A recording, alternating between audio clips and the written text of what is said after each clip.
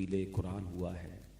और याद रहे कि जहाँ तकमील कुरान हो, कुरान पाक पूरा पढ़ा जाए, वहाँ दुआएं कबूल होती हैं। अब रब्बे करीम से दुआ करते हैं कि रब्बे करीम कुरान पाक के हर हर्फ के बदले, हर आयत के सदके, हर सूरत और हर पारे के सदके हम सब की मग़फ़िरत फरमाए, हमारे गुनाहों को माफ़ फरमाए, हमारे माँ बाप की बख्शिश फरमाए, हमारे मरहूमीन की मग़फ़िरत फरमाए। बिलखुसूस उम्मत मुस्लिमा पर जो मुश्किल वक्त आया हुआ है, मुसलमान खौफ में, तकलीफ में मुब्तला हैं, रब्बे करीम से दुआ है कि ए बदर के मैदान में फरिश्तों की फ़ौज भेजने वाले मौला, मुसलमानों की गैब से मदद फरमा, इस्लामी सरहदों की हिफाजत फरमा। बिलखुसूस हमारे वतन अजीज़ पाकिस्तान के बसने वाले, रहने वाले तमाम मुसलमानों की खैर फरमा और पाकिस्तान की सरहदों की भी हिफाजत फरमा।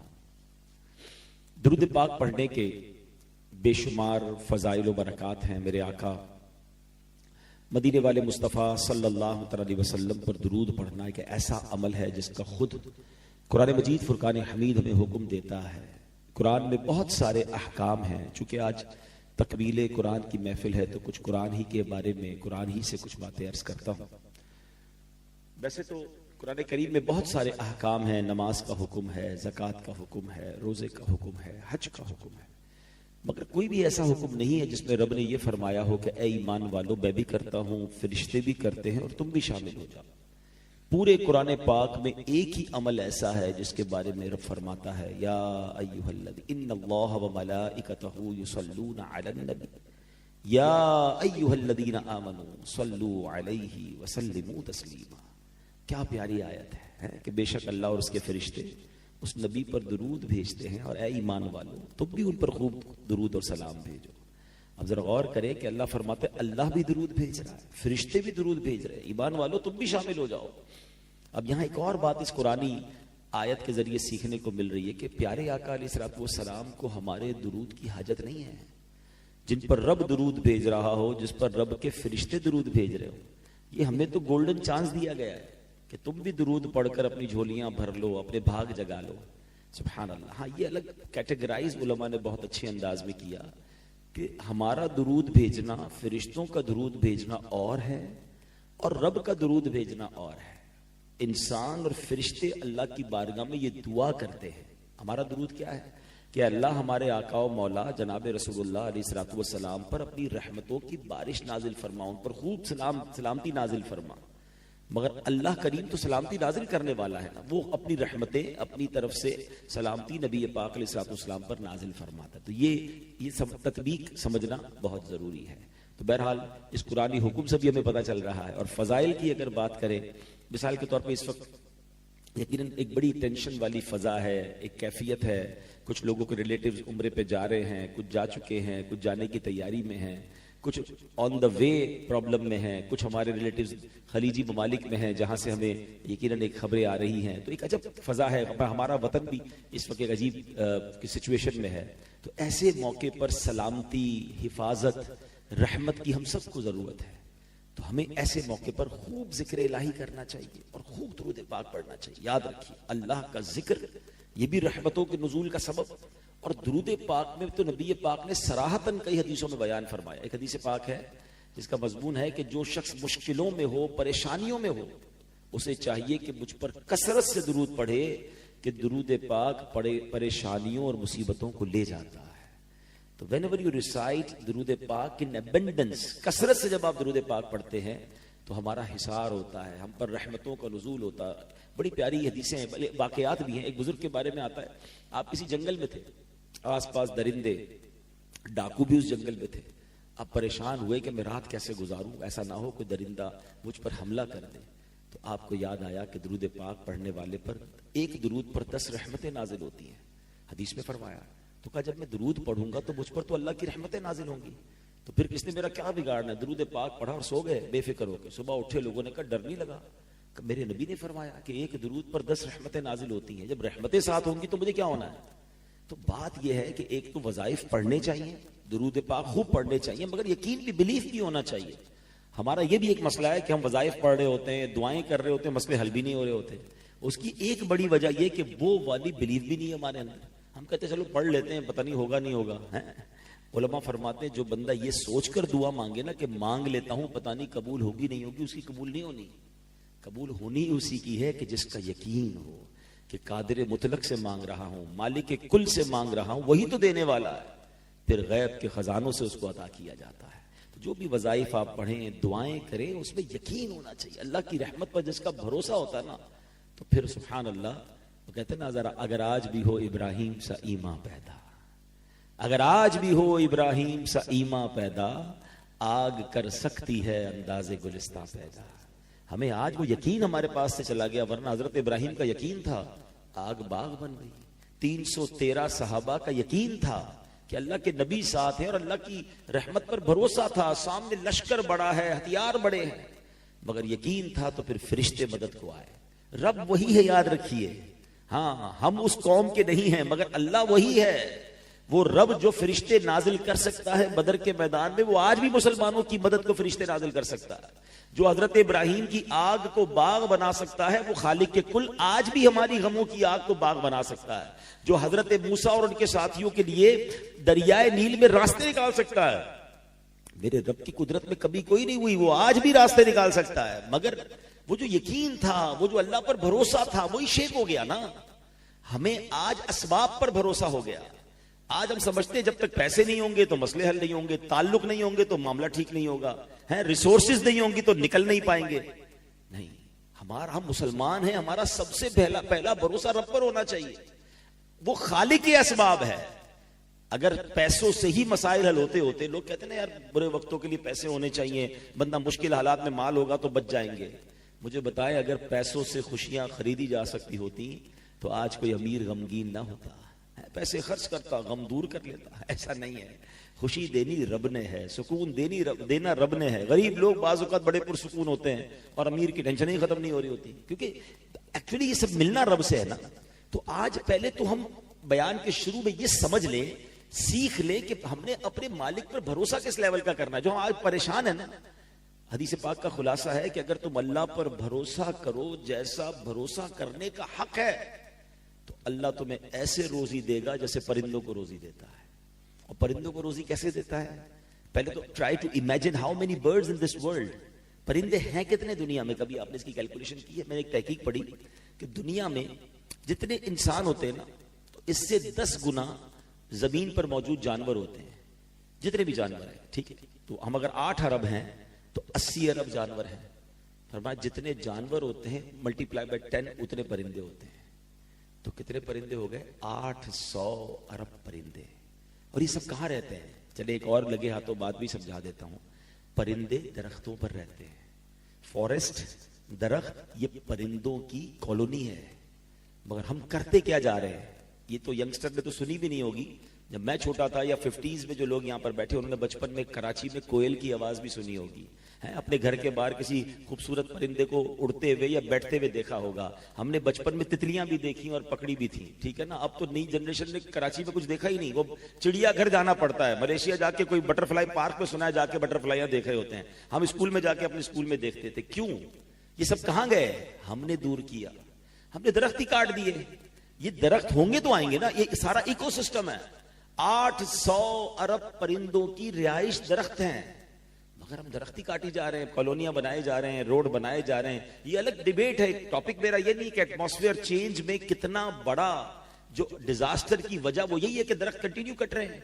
दरख्त कटते जाएंगे, मौसम खराब होता जाएगा। ये अल्लाह की अता है। और ये दुनिया, ये जमीन सिर्फ इंसानों की नहीं है, ये परिंदे भी इसी दुनिया में हमारे साथी है ना, पार्टनर्स हैं हमारे। तो हमें दरख्त लगाने चाहिए। आज भी इकोसिस्टम रिवाइव हो सकता है अगर हम ये पौधे लगाएं, और इसको सदका जारिया फरमाया गया। हदीस के अल्फाज क्या है दरख्त लगाने वाले के लिए?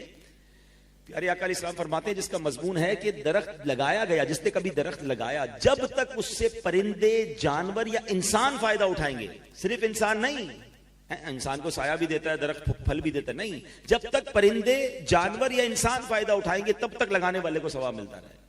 कई दरख्त लगे सैकड़ों साल पुराने, सदियों सवाब देता है दरख्त। तो सदका जारिया की नीयत से दरख्त लगाने चाहिए, परिंदों का ख्याल रखना चाहिए। अल्लाह की मखलूक है। अब हदीस में क्या फरमाया? अल्लाह ऐसे रोजी देता। अब कितने परिंदे मैंने बताया? एक एवरेज, एक रिसर्च के मुताबिक 800 अरब अगर परिंदे इस वक्त दुनिया में हैं। ये सब सुबह जब अपने घोंसले से निकलते हैं ना, सारे भूखे होते हैं। एक भी परिंदे के घोंसले में 4-5 दिन का स्टोर नहीं है। ये दुनिया में एक ही मखलूक है इंसान जो जमा करता है। ना आपको किसी जानवर के पास स्टॉक मिलेगा, ना किसी परिंदे के पास स्टॉक मिलेगा। बकरा ईद में जानवरों को खिलाते हो ना, है? कभी देखा कि चारा आपने रखा हो तो गाय ने साइड पे कर लिया हो कल क्या खाना है, बकरे ने थोड़ा सा और साइड कर लिया हो कि परसों के लिए क्या होगा। इनको कुछ नहीं परवाह, इनको आपने अभी खिलाया खा लिया, कल की अल्लाह देगा। इतना तवक्कुल होता है जानवरों में। हदीस के अल्फाज बड़े प्यारे, अल्लाह ऐसे तुम्हें रोजी देगा जैसे परिंदों को देता है। वो सुबह सारे भूखे निकलते हैं, 800 अरब परिंदे। शाम जब घोंसले में आते हैं सबको रोजी मिल चुकी होती है। वो खालिक सबको रोजी देता है, मगर इधर भरोसा ही नहीं है। कल क्या होगा, जंग होने वाली है, पता नहीं डॉलर किधर चला जाएगा। गोल्ड रख लो भाई, गोल्ड नहीं होगा तो कुछ क्या होगा, है जनाब हमारी प्रॉपर्टी का क्या टेंशन नहीं, हमारी खत्म नहीं हो रही है। अरे भाई, जिस रब ने बनाया है ना, जिसने पैदा किया है, उसी ने वादा किया है रिस्क का। जितना मेरे नसीब में है मिलकर रहेगा। ना मेरी टेंशन से मैं बढ़ा सकूंगा, ना ज्यादा प्लानिंग से घटा सकूंगा, कुछ नहीं होना। Go with the flow, easy रहो यार। अल्लाह की रहमत पर भरोसा रखो, जो सबके साथ होगा वो हमारे साथ होगा ना। बस तमन्ना क्या हो, ये दुनिया तो जैसी तैसी गुजरनी है। मेरी मौत अच्छी हो जाए, मेरा खात्मा अच्छा हो जाए, मैं ईमान सलामत लेकर जाऊं और अल्लाह की रजा के साथ जाऊं, क्योंकि उधर मेरे आमाल काम आएंगे। इधर तो आप चेक कर रहे हो ना कि डॉलर, ऑयल, प्रॉपर्टी, उधर कुछ भी काम नहीं आएगा। उधर फकत मैं हूंगा, मेरे अमाल होंगे और मेरी कब्र होगी। जिस कब्र में हम सब ने जाना है ना, 2 गज की ही है। 5000 गज के प्लॉट में रहने वाले की भी 2 गज की कब्र है, फुटपाथ में मरने वाले की भी 2 गज की कब्र है। दुनिया का सबसे महंगा सूट पहनने वाले को भी कोरे लट्ठे का वही कफन पहनाया जाएगा, और बेचारा जिसके फटे पुराने दुनिया में कपड़े, उसको भी एग्जैक्टली वही कफन पहनाया जाएगा। कभी आप नहीं सुनोगे यार ये बहुत बड़ा सेठ है, जरा इसकी कब्र बड़ी बना दो, यार ये बहुत मालदार था, इसका रेशमी कफन बना दो। नो नो नो, ना कफन में जेब है, ना कब्र में तिजोरी है, सिर्फ आमाल जाएंगे।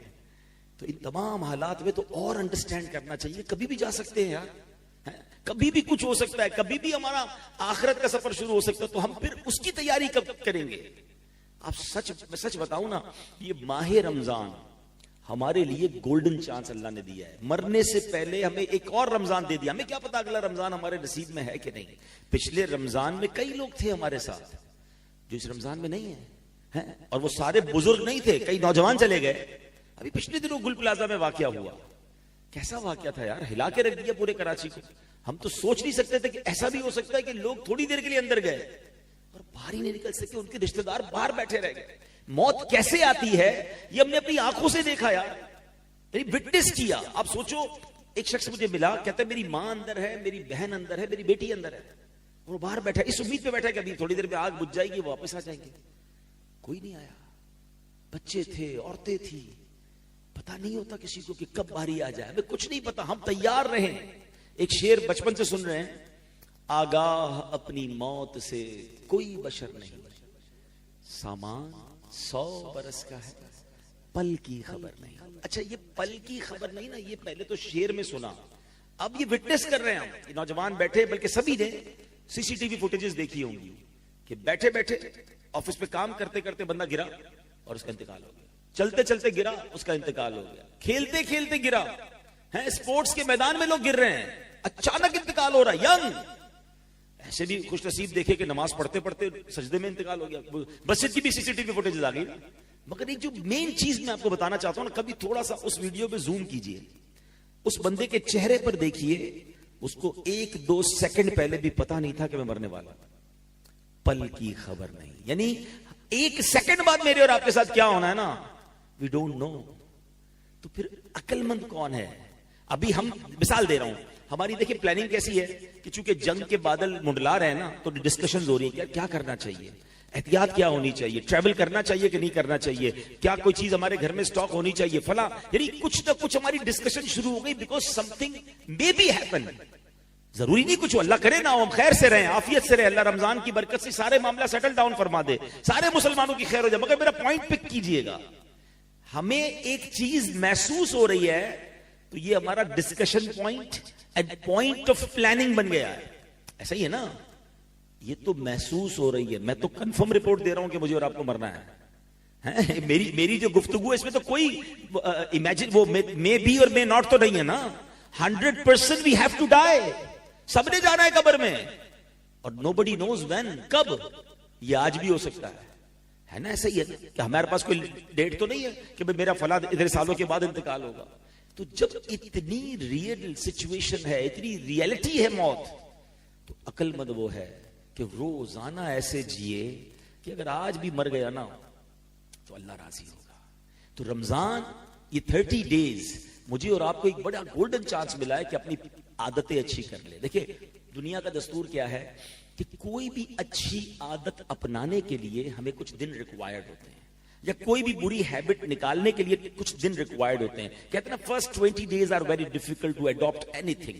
कोई भी चीज आप अपने जिंदगी में शामिल करेंगे ना तो आपको 20 दिन स्ट्रगल करनी पड़ती है। कोई आपने डाइट शामिल करनी है, मिसाल देता हूं, कोई कहता है रात से चीनी वाली चाय नहीं पीनी, तो मुश्किल लगेगी ना पहले 10-15 दिन, फिर आदत हो जाएगी, टेस्ट बड चेंज हो जाएगा। खाने पीने में कोई चीज छोड़नी है, भाई आजकल लोग डाइट कर रहे हैं, रोटी नहीं खाऊंगा या चावल नहीं खाऊंगा या फला चीज नहीं खाऊंगा, पहले 15-20 दिन टफ, उसके बाद सेटल डाउन हो जाता है। वर्जिश शुरू करनी है या कोई भी चीज शामिल करनी है या रिमूव करनी है, यू रिक्वायर 20 to 30 डेज। उसके बाद आपकी लाइफ उसकी बॉडी आदी हो जाती है। ऐसा ही है। अब अगर इसी तरह रमजान को ले लें कि स्पिरिचुअली अपलिफ्ट करने के लिए अल्लाह ने हमें 1 महीना दे दिया है, अच्छी आदतें अडॉप्ट कर लो और बुरी आदतें अपने अंदर से निकाल लो, क्योंकि शैतान बंद है। और रमजान के बाद इस तमाम 30 डेज के बाद जिंदगी बिल्कुल स्मूथ अल्लाह की इबादत में, अल्लाह की रिजा वाले कामों में गुजारो। मगर अनफॉर्चुनेटली हो क्या रहता है, हर साल क्या होता है कि रमजान में वाकई बड़े अच्छे बच्चे बन जाते हैं, नमाजें भी पढ़ रहे हैं, रोजे भी रख रहे हैं। आज देखे ना रात को इस वक्त भी आप बयान सुनने आ गए, वरना आप सबको मैं जमा कर सकूं कभी रमजान के अलावा, है कैसे अच्छे बच्चे बने हुए सारे आ गए। लेकिन ये सिर्फ रमजान में क्यों? क्या रमजान के बाद नमाज नहीं है? अब मैं एक बड़ी अजीब कैफियत में हूं पिछले जुम्मे की नमाज से, अजीब सा ख्याल आया मुझे, और मैं जहां जहां बयान कर रहा हूं तो लोग बाकी कहते सही कह रहे हैं आप सबने इस बार जुम्मा पढ़ा। रमजान में 2 जुम्मे हम पढ़ चुके हैं ना, इन दोनों जुम्मों में मस्जिदों का हाल क्या था? जिस भी मस्जिद में आपने जुम्मा पढ़ा, हाउसफुल, मस्जिद के बाहर क्राउड था, ऐसा ही। क्या रमजान से पहले जुम्मे में इतना क्राउड था? रमजान जब नहीं आया तो इतना क्राउड होता था? तो नहीं था। इसका मतलब क्या हुआ कि कुछ लोग ऐसे हैं जो रमजान के अलावा जुम्मा भी नहीं पढ़ते। ये अचानक तो नहीं पैदा हो गए ना रमजान में सारे लोग जो जुम्मा पढ़ने मस्जिद में आ गए, रोडे भर गई, जैम फुल हो गया, मस्जिदों में 2-2 जुम्मे करवाने पड़ रहे हैं कुछ जगहों पर, इतनी पब्लिक आ गई है। तो ये पब्लिक आई कहां से? इंपोर्ट थोड़ी हुई है, हमारे मोहल्ले में रहते हैं। यानी दिल को इतना बड़ा धचका लगा कि यार इसका मतलब ऐसा हुआ कि बड़ी तादाद में लोग वो भी हमारे वतन में हैं जो रमजान के बाद नमाज नहीं, जुम्मा भी नहीं पढ़ते। तभी तो ये जुम्मे में रश हो गया। यार क्या है? प्लीज हम सबको अल्लाह ने मौका दिया है। नबी पाक अलैहिस्सलाम फरमाते हैं अगर मेरी उम्मत को मालूम होता रमजान क्या है तो वो तमन्ना करते कि सारा साल ही रमजान। मगर हो ये रहा है कि रमजान को भी गफलत से गुजारा जा रहा है। अब ये 12 रोजा 10 रोजा तरावी बड़ी अच्छी बात है, लेकिन इसका एक साइड इफेक्ट क्या है कि कुछ लोग समझते हैं भाई हमारा कुरान पूरा हो गया, तरावी की छुट्टी। ऐसा नहीं है। तरावी सुन्नत मुअक्कदा है, ये पूरा रमजान पढ़नी है। बल्कि अभी तो जैसे जैसे रमजान जा रहा है ना और कोशिश कर रही है। कोई आपका मिसाल के तौर पे कोई बिजनेस का फेस्टिवल हो और आपको पता है ये 12-15 दिन का फेस्टिवल है, तो 5-6 दिन गुजर जाए तो आप कहते हैं और मेहनत कर लो, ये तो खत्म हो जाएगा 5-7 दिन बाद, जितना कमाना है कमा लो। तो रमजान तो जैसे जैसे गुजरता जाए हमारी स्ट्रगल बढ़ती होनी चाहिए। मगर पहली, दूसरी, तीसरी रमजान में जो मस्जिद में रश था, आहिस्ता आहिस्ता वो खत्म होता जा रहा है, वो कम होता जा रहा है। यानी हम सुस्ती देखें हमारी, इतनी बड़ी अल्लाह ने नेमत दी है। तो ऐ मेरे प्यारे इस्लामी भाइयों, जो मेरा समझिए कि बेसिक कोर पॉइंट यही है कि रमजान को अपनी जिंदगी को बेहतर बनाने का शानदार मौका समझें, बुरी आदतों को निकालें, अच्छी आदतें अपनाएं। देखिए जो 5 वक्त का पूरा महीना नमाजी बन सकता है, उसके बाद तो पूरा साल, पूरी जिंदगी 5 वक्त का नमाजी रहे ना। ऐसा क्या होता है कि चांद दिखते ही लोग मस्जिद से गायब हो जाते हैं? देखिए ये हम कहते नहीं है, लेकिन अनडेलिबरेटली हम एक मैसेज क्या कन्वे करते हैं कि ऐ शैतान, जब तक तू बंद है हम रहमान के बंदे, हम नमाजी, जैसे ही तू आजाद हुआ हम फिर तेरी बात मानेंगे, हम मस्जिद में नहीं जाएंगे। ये कितना बुरा मैसेज है यार। मगर ऐसा होता नहीं। चांद रात को अगर मगरिब के बाद चांद नजर आ जाए, अभी तरावी का टाइम शुरू ना हो, तो तरावी में तकरीबन मस्जिद खाली हो जाती, क्योंकि अब तो ईशा पढ़ने आना है तो लोग नहीं आते। ऐसा क्यों? क्या रमजान के बाद नमाजी, मस्जिद, कुरान हमारा साथ नहीं होना चाहिए? तो प्लीज आज तकमील कुरान की इस महफिल में एक मुबारक रात की नियत करें, हम अल्लाह से वादा करें, अल्लाह से मदद भी मांगे। क्या अल्लाह, हम तो इससे वादा करते हैं कि अब हम नमाजी रहेंगे, हम अपनी आखिरत की तैयारी करने वाले, हम बुराई से बचने वाले रहेंगे। मगर मेरे मौला तू हमारी मदद भी फरमा, हमें इसको कंटिन्यू करने में मदद फरमा। अब मैं बहुत गौर करता हूं, मैंने बहुत गौर किया कि व्हाट इज द रीजन। ये पहली बार नहीं बयान सुना होगा आपने, कई बार हर रमजान में शायद सुनते होंगे, और फिर उसके बाद आप भी तय करते होंगे 27वीं आएगी, अभी तो ताक रातें आएंगी, रो रो के दुआएं भी करेंगे, माफी भी अल्लाह से मांगेंगे, वादे भी करेंगे, मगर रमजान का फिर वही हो जाता है। तो इसके पीछे रीजन क्या है? जब मैंने गौर किया ना तो उसका रीजन जो बड़ा वाजे नजर आता है कि हम इंटेंशन तो बदलते हैं, नीयत तो बदलते हैं, मगर सोहबत नहीं बदलते। हम उन्हीं दोस्तों में रहना चाहते हैं कि जो रमजान के बाद गुनाहों की तरफ जाते हैं, जो नमाज नहीं पढ़ते। तो जब आप उन दोस्तों में रहेंगे तो वो दोस्त आपको नेक नहीं बनने देंगे। वो कहते क्या हो गया भाई, मौलवी बनना है क्या? पढ़ ली ना रमजान में नमाज जितनी पढ़नी थी, है अब तो चलो ईद के दिनों में ही वो कुछ करवा देते हैं 3 दिन में कि जो पूरे महीने में नेकियां कमाई सारी जीरो है। शैतान तो पूरी तैयारी के साथ हमला करता है ना हम पर। तो अगर हमने ये नीयत करनी है कि मुझे एक तो पहले इस बात को रियलाइज करे कि मुझे मरना है और वो कभी भी जा सकता हूं, तो मुझे अल्लाह को नाराज करके नहीं जाना कब्र में। तो मुझे अगर नेक बनना है तो मुझे दोस्त भी अच्छे रखने होंगे, और अच्छे दोस्त और अच्छी गैदरिंग की तो बरकतें कितनी कमाल की हैं। एक बड़ी कमाल की हदीस पाक है कि अल्लाह के हबीब अलैहिस्सलाम फरमाते हैं कि अल्लाह ताला के कुछ फरिश्ते हैं, हदीस का खुलासा है कि जिनका काम ही जमीन में सियाहत करना है, वो जमीन में घूमते रहते हैं, और जहां अल्लाह का जिक्र होता है, अच्छी बातें होती हैं, वहां वो फरिश्ते उस महफिल को अपने परों से ढांप लेते हैं। मेरी अल्लाह की रहमत से बड़ी उम्मीद है कि आज तकमील कुरान की इस महफिल को रब्बे करीम के फरिश्तों ने अपने परों से ढांपा हुआ होगा। जब वो फरिश्ते इस महफिल से फारिग होकर, उस मजलिस से फारिग होकर अल्लाह की बारगाह में जाते हैं, अल्लाह तो सब जानता है मगर अपने कर्म से पूछता है, फरिश्तों बताओ कहां से आ रहे हो? कहते या अल्लाह एक जगह पर तेरे बंदे बैठे तेरा जिक्र कर रहे थे। ऐ फरिश्तों वो क्या मांग रहे थे? बल्कि ऐ फरिश्तों ये बताओ वो मुझे देखा उन्होंने? तो या अल्लाह तुझे देखा नहीं है। फरिश्तों अगर मुझे देख लेते तो क्या करते? कहा या अल्लाह तुझे देख लेते फिर तो दीवाना वार तेरा जिक्र करते, फिर तो और तुझे याद करते। अल्लाह फरमाते फरिश्तों क्या मांग रहे थे? कहा या अल्लाह जन्नत मांग रहे थे। ऐ फरिश्तों जन्नत देखी उन्होंने? या अल्लाह जन्नत देखी नहीं। अच्छा जन्नत देख लेते तो क्या करते? तो अर्ज करते मौला अगर वो जन्नत देख लेते तो गिड़गिड़ाते, आंसू बहाते और तड़प के तुझसे जन्नत मांगते। ऐ फरिश्तों किस चीज से पनाह मांग रहे थे? अर्ज करते हैं मौला वो जहन्नम से पनाह मांग रहे थे। ऐ मेरे फरिश्तों जहन्नम देखी उन्होंने? अर्ज करते मौला जहन्नम देखी नहीं। ऐ फरिश्तों जहन्नम देख लेते तो क्या करते? कहते अल्लाह फिर तो और रोते, डर जाते, पनाह मांगते।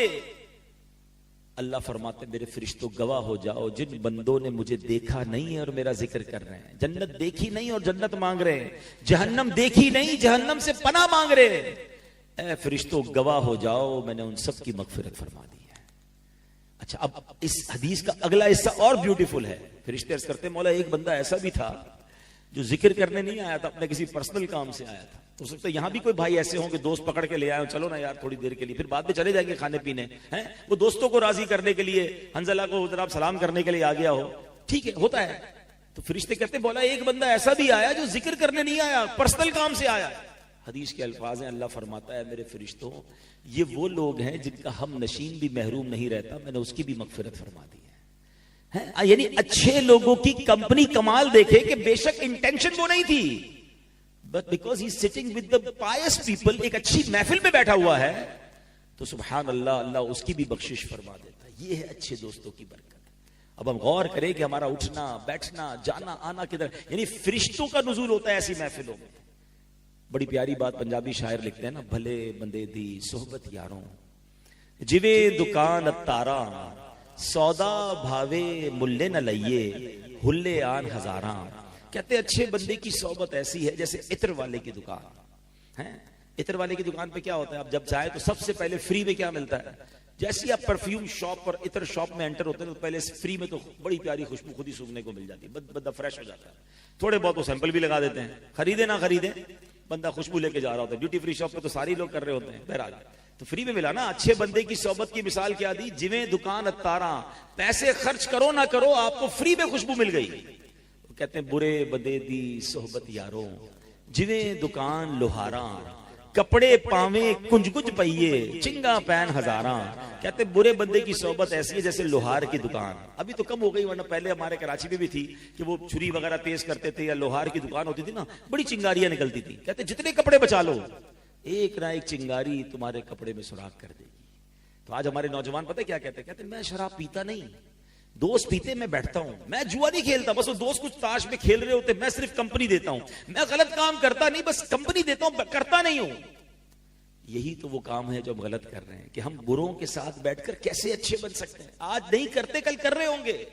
दुनिया भर के शराबियों, जुआरियों, हैं चोर, डाकू, किसी भी क्रिमिनल से मिलने, उससे एक सवाल पूछे कि बताओ आदत कहां से मिली, तो कोई भी ये नहीं कहेगा कि मेरी बर्थडे थी, अम्मी बड़ी खुश थी और अम्मी ने लाके मुझे चरस का सिगरेट दिया कि बेटा आज से शुरू कर दो। कोई भी नहीं कहेगा कि जरा मेरे एग्जाम में नंबर बड़े अच्छे आए थे, अब्बू ने छुरी ला कर दी कि बेटा चोरी शुरू कर दो। सब बताएंगे आपको कि बुरे दोस्तों की वजह से मिली। तो जब हमारे सामने ये फार्मूला है कि बुरे दोस्त ही बुरा बनाते हैं, तो फिर वी हैव टू डिसाइड, क्योंकि मुझे दोस्तों को राजी नहीं करना, मुझे रब को राजी करना है, मुझे कब्र में अकेले जाना है। ऐसे दोस्तों को हमने देखा कि मैयत में इंतकाल हुआ, दोस्त जनाजा पढ़ने के लिए नहीं आए क्योंकि जनाजा पढ़ना नहीं आता। लोग दोस्त मैयत को गुस्ल देने नहीं आते कि यार हमें गुस्ल दे, अपने आप को गुस्ल नहीं देने आता, मैयत को क्या गुस्ल देंगे। मुझे पता है ऐसे दोस्त किस काम के। दोस्त वो होता है जिसको देखकर खुदा याद आ जाए। काश ये बात अगर रमजान में, मैं आपसे सिर्फ रियलिस्टिकली बात करना है, इफ यू वांट, अगर आपने रमजान में ये डिसाइड करना है कि मुझे बदलना है, मुझे अल्लाह को राजी करना है, मैं दुनिया से जाऊं तो मेरा रब राजी, मेरे लिए जन्नत मेरा ठिकाना हो, तो जहां तौबा करनी है वहां साथ साथ हमें अपनी बुरी कंपनीज को चेंज करना है। हमें अच्छे दोस्त अपनाने होंगे। आप नमाजियों के साथ बैठकर नमाजी बन सकते हैं, आप जुआरियों के साथ बैठकर नमाजी नहीं बन सकते। ये बात इधर बिठा लें। तो जिस दिन जिसने ये तय किया, देखिए ना, आप जिम करने के लिए क्या उसके साथ बैठते हैं जो रोज बर्गर और पिज़्ज़े खा रहा होता है, या आप जिम जाते हैं जहां आपको दो चार ऐसे लोग मिलते हैं जो खुद भी भाग रहे होते हैं, जो खुद भी वर्जिश कर रहे हो, तो उनको देखकर आपको भी होता है कि यार इसने जैसी बॉडी बनाई है मैं भी बनाऊंगा। दुनिया का दस्तूर है। आप अगर स्कूल में अच्छे नंबर लाना चाहते हैं, पढ़ाकू बच्चों के साथ बैठते हैं, जिसके हर साल फेल होता है, आप उसके साथ थोड़े नहीं बैठ के स्टडी करते ना। दुनिया में सबको समझ आती है यार, बिजनेस अच्छा करना है तो अच्छे बिजनेसमैन से टिप्स लेनी है, वर्जिश अच्छी करनी है तो अच्छे वर्जिश करने वाले से टिप लेनी है, स्कूल कॉलेज यूनिवर्सिटी में अच्छे नंबर लेने तो बेस्ट स्टूडेंट से टिप लेनी है, और नेक बनना है तो जुआरियों के साथ बैठना है। ये कैसे होगा? यानी हम खुद ही अपने साथ मजाक कर रहे होते हैं, यानी हमारी इंटेंशन ही दुरुस्त नहीं है। तो बहरहाल मैंने चंद बातें अर्ज कर दी हैं कि सुभान अल्लाह, अच्छों की सोहबत जो है वो तुझे अच्छा बना देगी। तो माह रमजान एक्चुअली अगर हम इसको टारगेट ले ले कि इस महीने में हम अल्लाह की रिजा वाले काम भी करें और इसको कंटिन्यू करने के लिए अच्छी सोहबत अपनाए।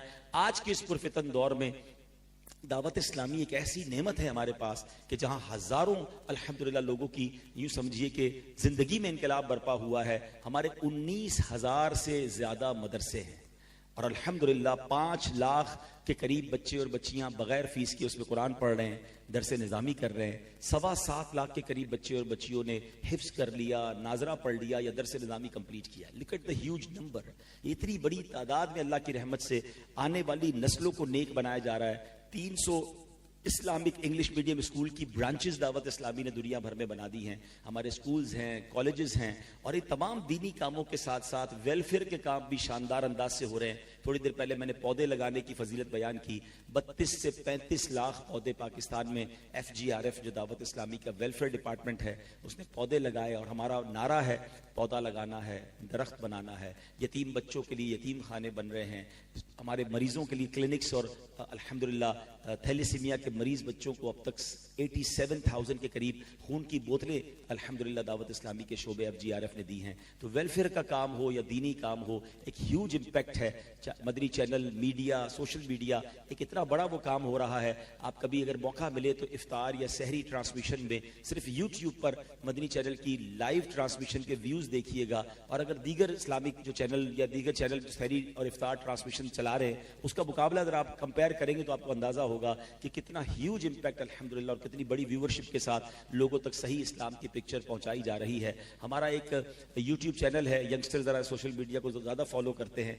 एक तो आपके लिए फिगर बड़ा अजीब होगा कि हमारे 7 करोड़ से ज्यादा फॉलोवर्स और सब्सक्राइबर्स पूरे तमाम सोशल मीडिया के अकाउंट्स में मिलाकर है, मगर हमारा एक टॉप इस वक्त अल्हम्दुलिल्लाह जो चैनल यूट्यूब पे जा रहा है किड्स लैंड के नाम से है। अगर आप अभी भी उसको चेक करेंगे तो पाकिस्तान के 7वें नंबर पे वो यूट्यूब चैनल है। 20 मिलियन से ज्यादा उसके सब्सक्राइबर हैं, और अल्लाह की रहमत से करोड़ों व्यूज उसके रोजाना की बुनियाद पर आते हैं। और इसकी वजह क्या है कि उसमें हमने ऐसे इस्लामिक कार्टून्स बनाए जिसपे कोई म्यूजिक नहीं है, कोई बेहयाई नहीं है। हम बच्चों से कार्टून छुड़वा नहीं सकते, तो हमने एक ऐसे इस्लामिक कार्टून्स बनाए कि जिसको देखकर वो सुन्नत सुन्नतें सीखें, वो इल्म दीन सीखें, वो अपने माँ बाप का अदब करें, वो सुन्नत के मुताबिक खाना खाएं, वो किस तरह घर में दाखिल हों, किस तरह घर से बाहर निकलें, गेम में बच्चों को जो है वो अच्छी बातें सिखा दी जाए। तो अल्हम्दुलिल्लाह एक बड़ी हिकमत अमली के साथ दीन का इतना बड़ा काम हो रहा है। तो आपसे गुजारिश है कि अपनी दावत इस्लामी का एक तो हिस्सा बन जाएं, क्योंकि अगर हमने अच्छे दोस्त अपनाने हैं तो ये बड़ा प्यारा माहौल है। और उसके साथ साथ जब इतना बड़ा दीन का काम हो रहा है तो अपनी ज़कात में, अपने डोनेशन में,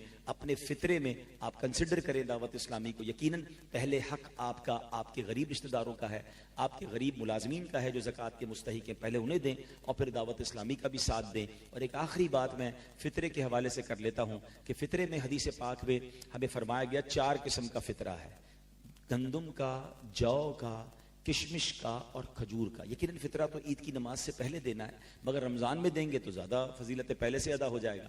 लेकिन जो मुझे बात असल आपसे करनी है कि हम नॉर्मली क्या करते हैं कि फितरा जब भी दे रहे होते हैं तो फितरे के स्टॉल पे जाके कहते हैं भाई सबसे सस्ता वाला गंदुम के फितरे की पर्ची बना दो। यकीनन 4 फितरे बयान हुए। एक मिडिल क्लास, एक गरीब आदमी अगर 300 रुपए वाला फितरा देता कोई हर्ज नहीं है, मगर वो शख्स जिसको अल्लाह ने करोड़ों से अच्छा बनाया, जो सारा रमजान बेहतरीन सहरी इफ्तारी करता रहा, हम में से अक्सर तो वो हैं जो इफ्तार के लिए स्पेशल अजवा खजूर लेकर आते हैं, तो भाई फितरा भी तो अजवा खजूर का देना। अल्लाह ने मुझे और आपको सबसे बेस्ट अल्हम्दुलिल्लाह रमजान गुजरवाए और बारी आई फितरा देने की, तो यार वो सबसे सस्ता वाला दे दे। खुद सोचे कि ईद की तैयारी ऐसे करते हैं, ईद के लिए स्टॉल पे गए, दुकान पर गए और सबसे सस्ते वाले कपड़े दे दो, सबसे सस्ती चप्पल दे दो, ईद बनानी है, बेहतरीन कपड़े पहनेंगे ईद वाले दिन, तो फितरा भी तो बेहतरीन दे। ये अल्लाह की बारगाह में शुक्राने का एक अंदाज है। जिंदगी का एक उसूल बनाएं, एक जुमला याद कर लें, अच्छा देंगे अच्छा मिलेगा। एक बहुत खूबसूरत वाकया 2 मिनट में सुनाकर अपनी बात खत्म करता हूं। एक बुजुर्ग है, उनके घर पे किसी ने दस्तक दी कि अल्लाह के नाम पर कुछ दो, तो उन्होंने अपनी जोजा से कहा कि घर में कुछ है, तो उन्होंने कहा कि घर में तो 4 अंडे हैं। ठीक है, तो कहा कि ठीक है 4 दे दो। जोजा ने 4 अंडे दे दिए।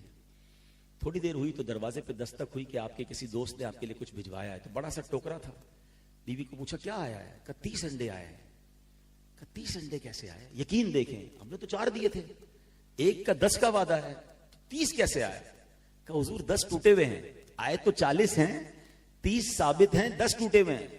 कहा सच बताओ जो तुमने 4 दिए थे उसकी क्या कैफियत थी? कहा हुजूर 3 पूरे थे, 1 टूटा हुआ था। अब समझ आया, पूरे दोगे पूरे मिलेंगे, टूटे दोगे टूटे मिलेंगे। हमारा मसला क्या है पता है? हम अल्लाह की राह में कौन सा माल देते हैं? यार कपड़े खराब हो गए, फटने वाले, किसी गरीब को दे दो। खाना बच गया, किसी गरीब को दे दो। है हम तो ये हाल है कि अभी मिसाल के तौर पे मस्जिद में कोई चंदा भी देना, इमाम साहब कहें जरा मस्जिद में तुम चंदा दे, जुम्मे में डब्बा हमारे सामने आता है। अब आज सखावत का जी चाहा कि 100 रुपए देने हैं, अपना वॉलेट निकाला, 200 रुपए के नोट है, एक बिल्कुल कड़क वाला, एक पुराना सा फटने जैसा। कौन सा नोट डालते हैं मस्जिद के डब्बे में? पुराना वाला दे दो। क्यों? अल्लाह की राह में देना। अच्छा दोनों की कीमत एक ही है, मगर चूंकि अल्लाह की राह में देना है ना, तो यार ये जो हमारे काम का नहीं ना वो दे दो, ये नहीं होना चाहिए। हाँ, 4 पारे की पहली आयत है, लन तनालुल बिर्रा हत्ता तुनफिकू मिम्मा तुहिब्बून। तुम हरगिज़ भलाई को नहीं पहुंचोगे जब तक अपनी प्यारी चीज अल्लाह की राह में ना दो। अल्लाह की राह में बेस्ट दो ना। अच्छा लोग पता है दिल में शैतान क्या ख्याल डालते हैं, मेरा बेस्ट दे दूंगा तो बेस्ट तो एक ही है। अरे वो बेस्ट दिया किसने हमें? वो रब के पास एक थोड़ी है, आपके पास एक है। आप एक तो दे, वो और कितने सारे अता फरमा देगा। हमारा दिल ही नहीं चलता कि यार ये मेरे बेहतरीन कपड़े, बेहतरीन खाना। भाई आप भले 100 लोगों को इफ्तारी ना कराएं, 4 को करवाएं, मगर वो करवाएं जो आप घर में करते हैं, फिर देखिए उसकी बरकत क्या मिलती है। बचा हुआ ना दें।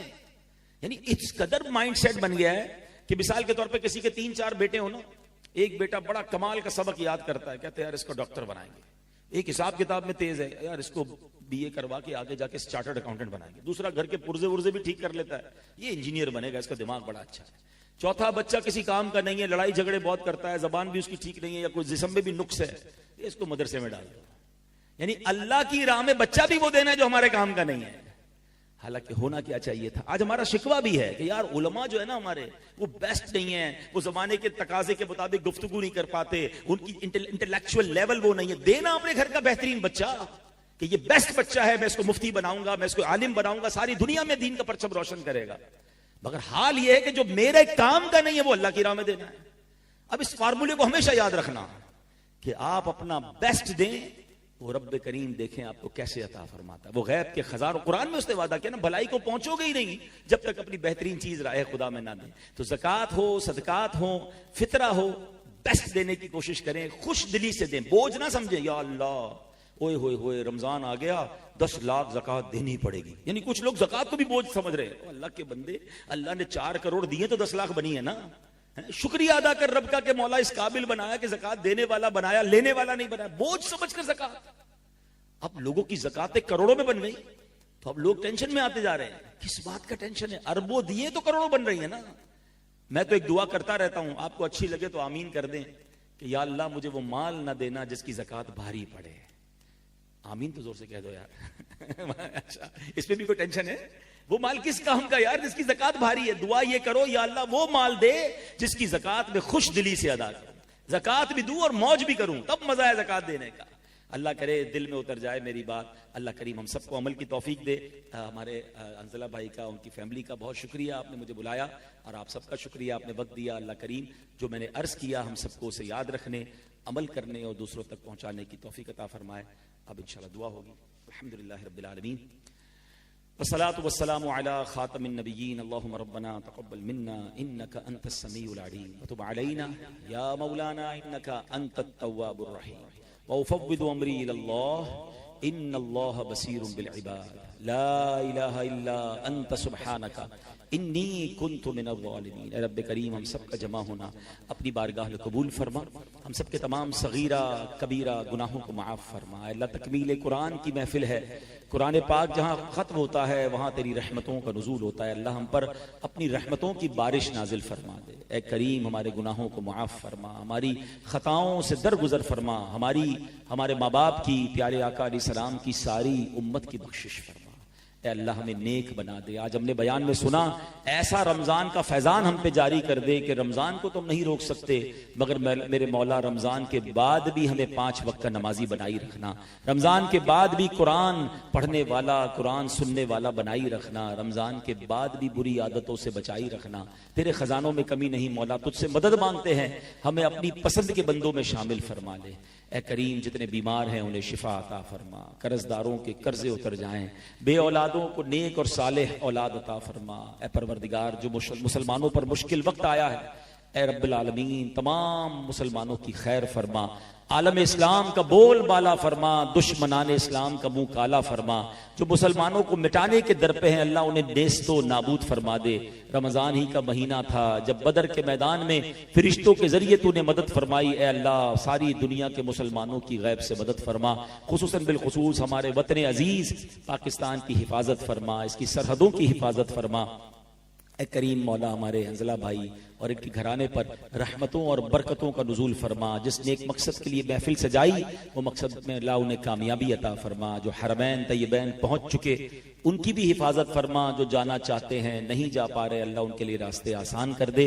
हमें इसी रमजान में रमजान मक्का, रमजान मदीना नसीब फरमा। अल्लाहुम्मा रब्बना तक़ब्बल मिन्ना इन्नका अंतस समीउल अलीम व तुब अलैना या मौलाना इन्नका अंतत तव्वाबुर रहीम व उफ़व्विदु अमरी इलल्लाह इन्नल्लाह बसीरुम बिल इबाद। ऐ अल्लाह हमें जलने वाली, फटने वाली, कटने वाली, डूबने वाली मौत से बचाना। अल्लाह सजदे वाली, कलमे वाली, मदीने पाक वाली, हुजूर अलैहिस्सलातु वस्सलाम की दीद वाली मौत हम सबका मुकद्दर फरमा। जन्नतुल बकी हम सबका मुकद्दर फरमा दे। ए रब्बे करीम जो मांग सके वो भी अता फरमा, जो न मांग सके हमारे हक में बेहतर हो वो भी अता फरमा।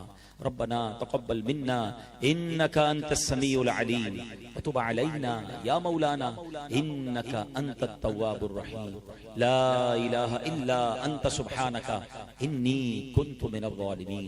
बिबरकति इन्नल्लाह व मलाइकतहु युसल्लूना अलन नबी या अय्युहल्लज़ीना आमनू सल्लू अलैहि व सल्लिमू तस्लीमा।